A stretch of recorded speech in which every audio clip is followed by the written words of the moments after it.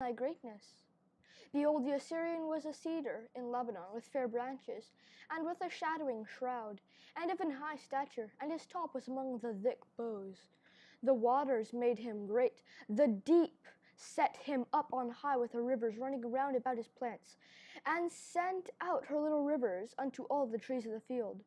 Therefore his height was exalted above all the trees of the field, and his boughs were multiplied, and his branches became long because of the multitude of waters when he shot forth.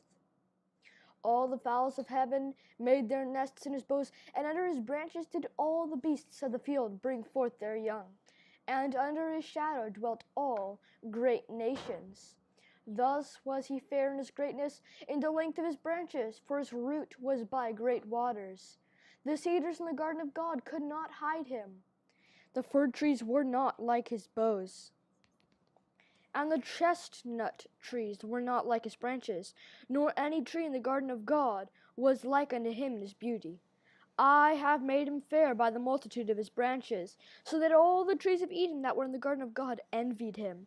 Therefore thus saith the Lord God, because thou hast lifted up thyself in height, and he hath shot up his top among the thick boughs, and his heart is lifted up in his height, I have therefore delivered him into the hand of the mighty one of the heathen. He shall surely deal with him. I have driven him out for his wickedness.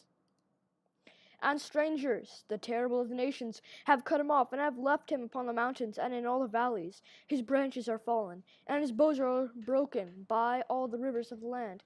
And all the people of the earth are gone down from his shadow, and have left him. Upon his ruin shall all the fowls of the heaven remain, and all the beasts of the field shall be upon his branches, to the end that none of all the trees by the waters exalt themselves for their height, neither shoot up their top among the thick boughs, neither their trees stand up in their height. All that drink water, for they are all delivered unto death, to the nether parts of the earth, in the midst of the children of men, with them that go down to the pit. Thus saith the Lord God, in the day when he went down to the grave, I caused a mourning. I covered the deep for him, and I restrained the floods thereof, and the great waters were stayed, and I caused Lebanon to mourn for him, and all the trees of the field fainted for him. I made the nations to shake at the sound of his fall, when I cast him down to hell with them that descend into the pit, and all the trees of Eden, the choice and best of Lebanon, and all that drink water shall be comforted in the nether parts of the earth.